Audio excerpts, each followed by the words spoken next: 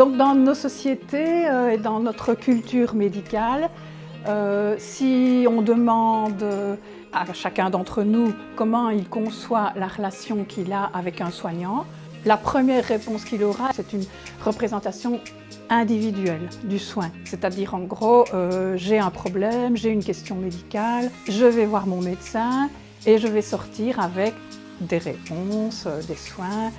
Ça fonctionne dans certains cas, mais dans d'autres cas, ça ne fonctionne pas. Par exemple, si on pense à des exhortations que les soignants peuvent faire de ne pas fumer, parce qu'on sait que c'est délétère pour la santé, manger mieux ou manger différemment parce qu'on a un problème de poids, parce qu'on est, on est sédentaire, donc bouger, faire de l'activité physique.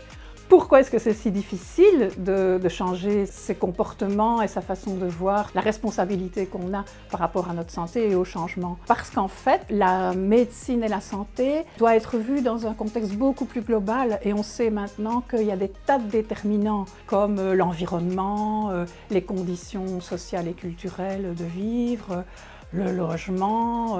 Et donc c'est pour ça qu'on développe au CSA, par exemple, des groupes de parole pour que les patients discutent de leurs difficultés, de leurs problèmes. C'est pour ça qu'on développe les groupes d'activité physique en commun. Les patients le disent eux-mêmes, c'est beaucoup plus gai déjà de se mettre en route et de bouger quand on est ensemble, parce que ça crée du lien, parce que ça augmente l'estime de soi, parce qu'on se rend compte qu'on n'est pas les seuls à avoir ce même problème qui est que c'est difficile de se mobiliser. On sait d'expérience que ça aide à changer les comportements et les habitudes de vie.